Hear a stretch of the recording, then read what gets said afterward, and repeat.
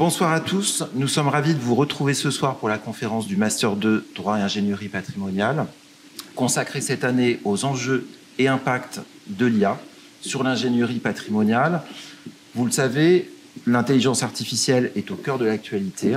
Pendant près d'une semaine, début février 2025, un sommet pour l'action sur l'intelligence artificielle fut réuni à Paris. L'intelligence artificielle s'applique à tous les secteurs d'activité, qu'il s'agisse du transport, de la santé, de l'énergie, de l'industrie, la logistique, la finance, le commerce et bien entendu la discipline juridique. L'IA intègre l'enseignement. L'Université d'Orléans va proposer pour la rentrée 2025 une double licence économie informatique et intelligence artificielle, une première sur le territoire français après l'Université Paris-Dauphine. Rappelons la définition de l'intelligence artificielle. Pour le Parlement européen, l'IA représente tout outil utilisé par une machine afin de reproduire des comportements liés aux humains, tels que le raisonnement, la planification et la créativité. S'agit-il d'une simple évolution ou d'une révolution? Quelle est la dialectique entre l'IA et l'ingénierie patrimoniale? Stéphanie Mauclerc et Simon Lepin vont tenter de répondre à cette question.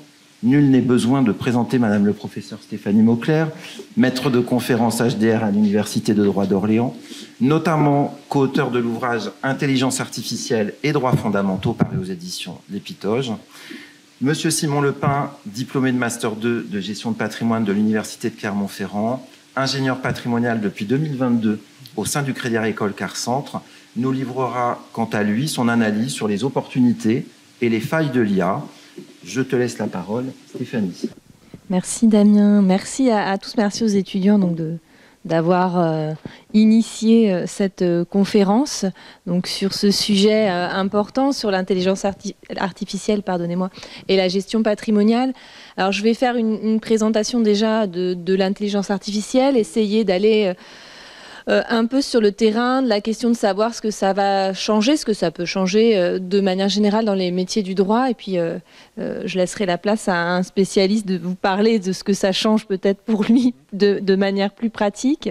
J'essaierai de vous présenter un peu la réglementation, ou du moins une partie, parce qu'on pourrait y passer beaucoup de temps à traiter de la réglementation de l'intelligence artificielle. Alors déjà, l'intelligence artificielle, qu'est-ce que c'est? On dit que c'est une constellation de technologies différentes qui fonctionnent de concert pour permettre aux machines de percevoir, de comprendre, d'agir et d'apprendre à des niveaux d'intelligence plus ou moins comparables avec l'intelligence humaine. En fait, il y a une multitude de définitions de l'intelligence artificielle. Finalement, quand on parle d'IA, on ne parle pas d'une seule technologie. On parle de beaucoup de technologies. Donc, l'exercice de définition de l'IA, c'est déjà un défi en soi. On n'a pas de définition universellement admise. Le vocable, la définition diffère selon votre interlocuteur, en dépit des nombreux travaux académiques qu'on peut trouver sur la question, qui cherchent à recenser, comparer, analyser les différentes techniques d'IA. On n'a pas de définition. Parfois, on se réfère à sa finalité. On a les IA de traduction, les IA de santé, les IA de trading. Parfois, on se réfère plutôt à l'outil qu'on utilise, au modèle, au machine learning, par exemple, ou au NLP pour le traitement automatique du langage naturel. Certains préfèrent d'ailleurs parler plutôt de SIA, de système d'intelligence artificielle, pour montrer cette idée qu'il n'y a pas qu'une IA. Donc il y aurait plutôt des SIA, ce qui permet d'avoir une dénomination plus riche qui montre la richesse de la question. Donc l'IA, parfois on peut distinguer l'IA générale de l'IA étroite. Peut-être avez-vous vu passer ces termes-là, avec les SIA qu'on utilise dans la vie quotidienne, plutôt des systèmes d'intelligence artificielle étroites, qui effectuent souvent une seule tâche ou un ensemble de tâches, mais étroitement liées. Donc, je ne sais pas, moi, votre application météo ou toutes les applis qu'on a sur sa montre, sur son téléphone, souvent sont des IA plutôt étroites. Et puis, vous avez qui ont un champ d'action limité, les IA plutôt générales, qui peuvent avoir un plus grand potentiel finalement, qui sont plus proches, alors peut-être dans l'extrême des films de science-fiction, avec cette idée que l'IA imiterait l'homme, deviendrait quasiment l'équivalent de l'être humain au point parfois de le concurrencer. Donc on a cette idée-là. De quoi il est plus spécifiquement question peut-être pour nous ici, c'est plutôt d'intelligence artificielle qu'on appelle générative, donc d'IA générative, qui est une catégorie d'IA qui se concentre donc sur la création de données, de contenu. On en parle aussi en matière artistique beaucoup, donc qui va pouvoir créer finalement des vidéos, des textes, des images, de la musique, avec cette idée que l'IA générative vise à produire de nouvelles données qui ressembleraient à celles créées par les êtres humains. Là encore, l'IA générative fonctionne avec des modèles d'apprentissage automatique. On retrouve le machine learning pour créer en fait des contenus de manière autonome. Je rentre pas après dans les techniques, puisqu'il y a différentes techniques à l'intérieur des IA génératives.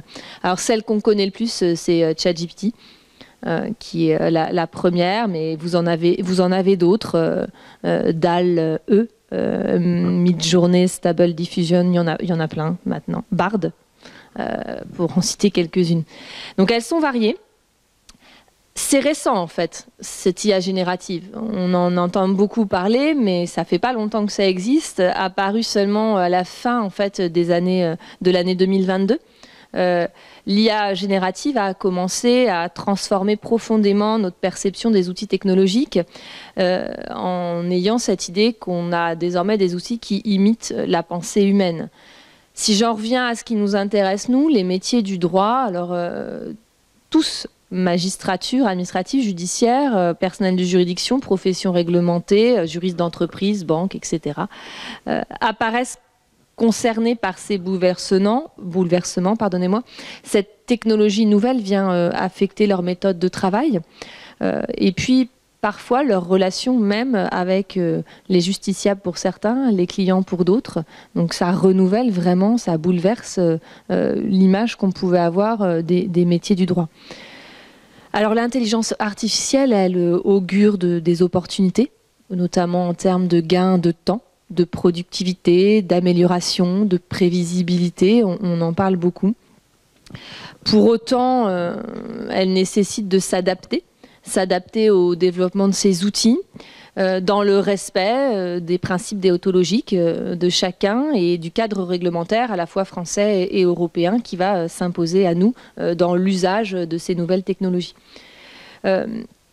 On le verra, la bonne diffusion de cette technologie dans le secteur juridique exige, pour qu'elle soit vertueuse, d'assurer l'adaptation de la formation des professionnels du droit. Alors ça nous appartiendra peut-être à nous, universitaires aussi, de former les étudiants et les futurs juristes, utilisateurs de l'IA dans leur métier, à ces outils et aux enjeux, aux risques que ça peut représenter.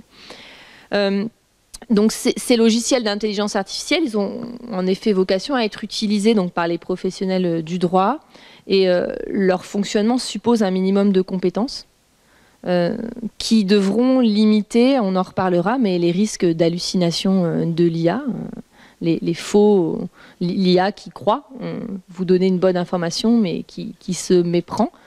Donc ça, vous trouvez beaucoup d'exemples sur Internet. On a un collègue d'une autre université qui s'était amusé, si je puis dire, pour voir, à poser à la question à ChatGPT de savoir combien faisait 1 + 1. Alors évidemment, il lui répond 2, il n'y a pas de souci. Mais il l'entraînait en lui disant non, ça fait 3. Et au bout d'un certain temps, il revient, il lui demande 1 + 1, il a répondu 3. Puisque c'est aussi, il apprend, mais il apprend aussi. Alors si on ne lui dit pas que c'est une erreur et qu'on l'induit en erreur, vous voyez, on lui donne... Et comme alors ça se déploie, c'est-à-dire que ce que vous lui apprenez, il l'apprend pour tous.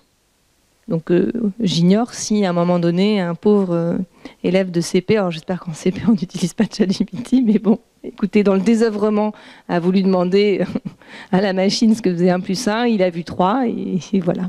Donc bon, c'est aussi le risque sur cette anecdote de l'outil en fait et de l'usage qui en est fait et des principes déontologiques qu'on doit avoir face à ça.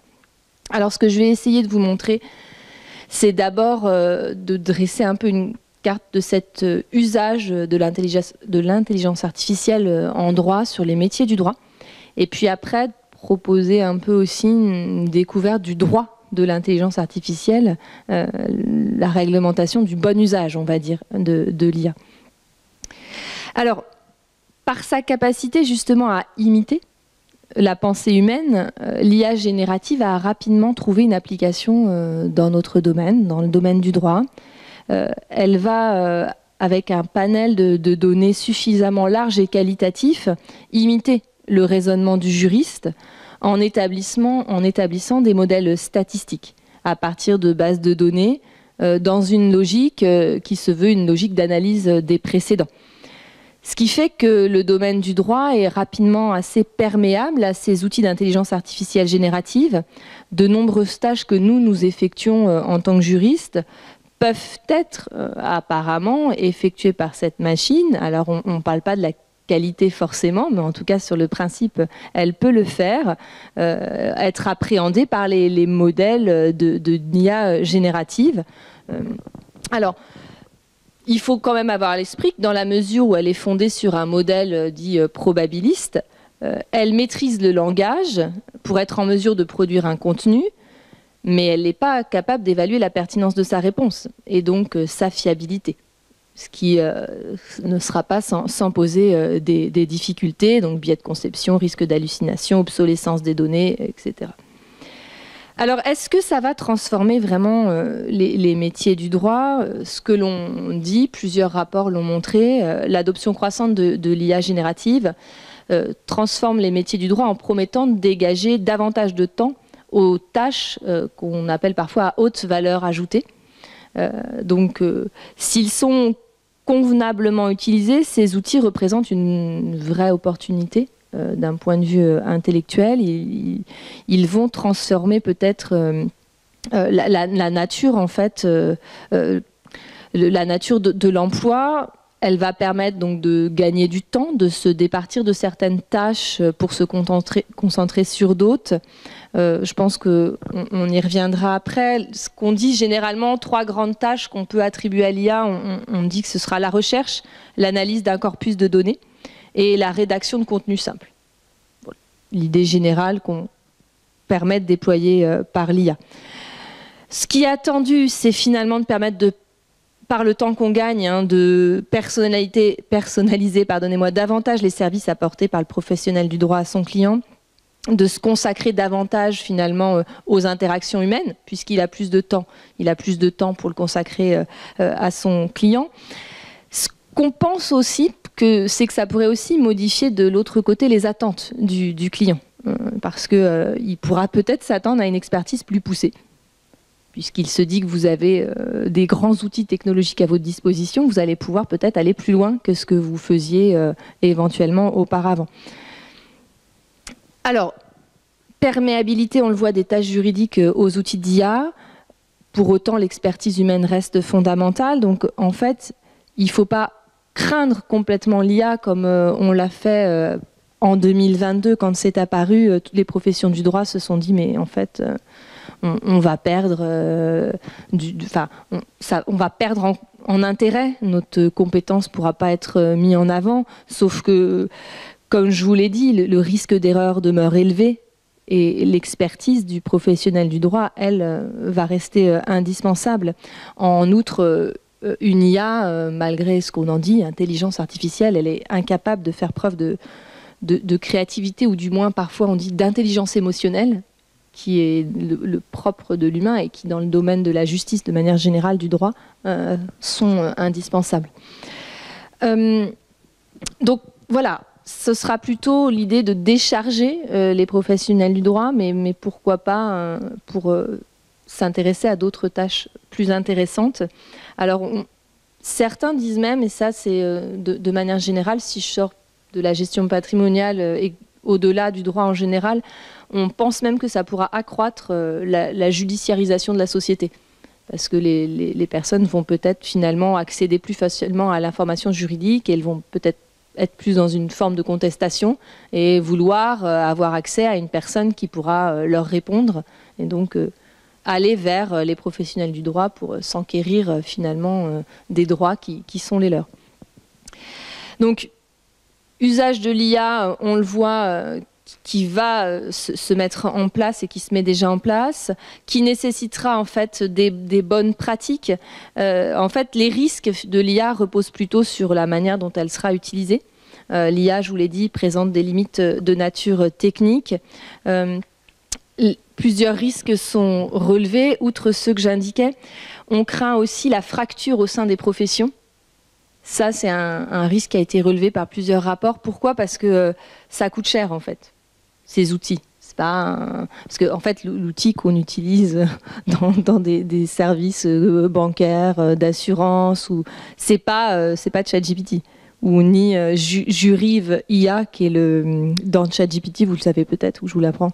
Il y a Jurive IA, qui est un outil gratuit dédié pour les juristes, qui est censé être un peu plus perfectionné. Après, c'est pas non plus, mais c'est vrai qu'il répond un peu mieux. C'est-à-dire que quand vous lui demandez une référence jurisprudentielle, il sait qu'il faut pas vous contenter de dire qu'il y a un arrêt un jour qui a dit que. Il essaye d'être un peu plus poussé dans ses réponses.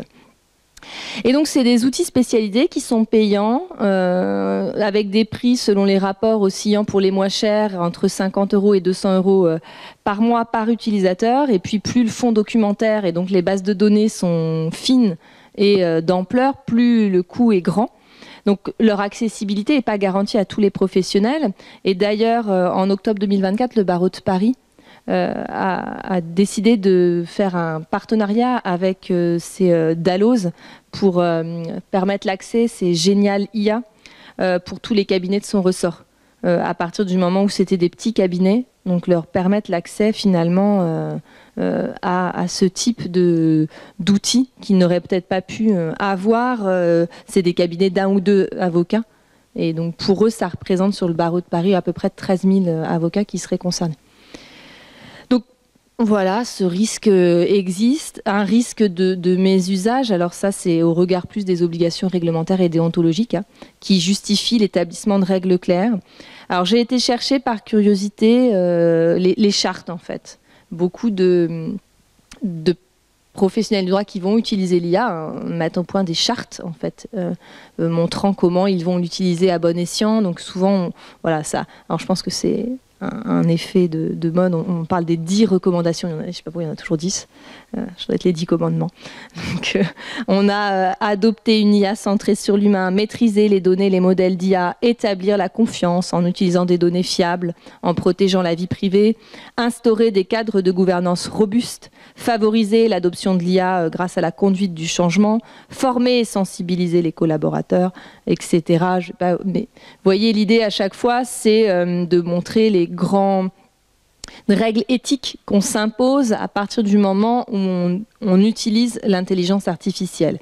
Et donc, vous avez de plus en plus de professionnels ou de dirigeants d'entreprises qui s'emparent de ce sujet en montrant comment ils vont utiliser l'outil, sachant que au niveau des dirigeants d'entreprise, il y a aussi eu des sondages qui ont été faits et au départ, ils disaient non, mais nous, on l'interdit, c'est pas utilisé, il n'y a pas de souci, mais ils se sont rendus compte qu'à peu près 30% des effectifs, des collaborateurs, utilisaient les solutions d'IA sans le mentionner officiellement, on va dire, mais ils le faisaient.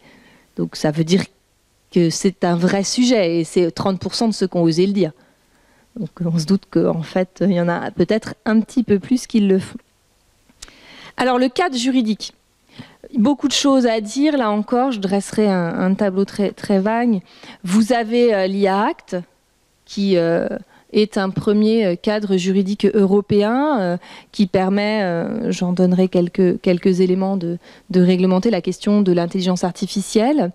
Et puis, vous avez aussi le règlement européen, alors DORA. Voilà, on s'en souvient bien. J'ai du mal à me rappeler du nom parce que je pense toujours à Dora l'exploratrice, mais ça n'a rien à voir avec elle. Le Digital Operational Resilience Act, qui réglemente en fait l'utilisation du numérique pour le secteur financier. Ils ont des objectifs communs, notamment sur la protection et la résilience dans l'utilisation des technologies numériques, y compris les solutions d'IA. Alors, DORA, c'est un règle qui entre en application là, il y a un mois, enfin le 17 janvier. Il est rentré en application avec un calendrier de mise en œuvre. Il concernera un certain nombre d'acteurs du secteur financier, établissements de crédit, sociétés d'investissement, compagnies d'assurance, de réassurance, etc. Il va finalement... ça doit en fait faire en sorte que ces entités s'assurent qu'elles peuvent résister, répondre et se rétablir face à toute perturbation opérationnelle grave liée aux technologies de l'information et de la communication. Donc, pareil, ça repose sur un certain nombre de piliers. Il y en a 5 sur la gestion des risques, le signalement des incidents, les tests de résilience opérationnelle, le partage d'informations et la gestion des risques non plus internes mais liés aux tiers. À côté, IA Act. L'IA Act, c'est celui que vous connaissez en règle générale le plus, dont on vous a parlé, qui lui, de manière plus large, vise à encadrer l'utilisation de l'intelligence artificielle en Europe avec une approche innovante basée sur les risques, en s'intéressant avec des SIA à risque inacceptable, élevé, faible ou minime, et selon là où vous êtes, eh bien, des sanctions, des obligations s'imposent de plus en plus à vous, avec ceux à risque inacceptable qui sont interdits par principe. Après, il y a des exceptions. Risque par rapport à quoi? Par rapport aux droits fondamentaux. Ce qu'on va regarder, c'est dans quelle mesure ces intelligences artificielles peuvent avoir coûté aux droits fondamentaux. Et par exemple, si vous avez une banque qui utilise un système d'intelligence artificielle pour attribuer un crédit sur les risques d'insolvabilité d'un client, ça c'est à haut risque, parce que vous pouvez être très discriminatoire et en fonction de ce que vous allez paramétrer, vous pouvez vous retrouver à dire que plus aucun homme ne peut avoir de crédit parce que ils ont tendance à trop dépenser, à être trop insolvables et passer la quarantaine, si en plus c'est la crise de la quarantaine, c'est fichu. Mais donc vous voyez les biais qu'on peut avoir un peu comme ça assez rapidement, si on les met dans la machine, et bien en fait ça crée un haut risque pour les droits fondamentaux des personnes.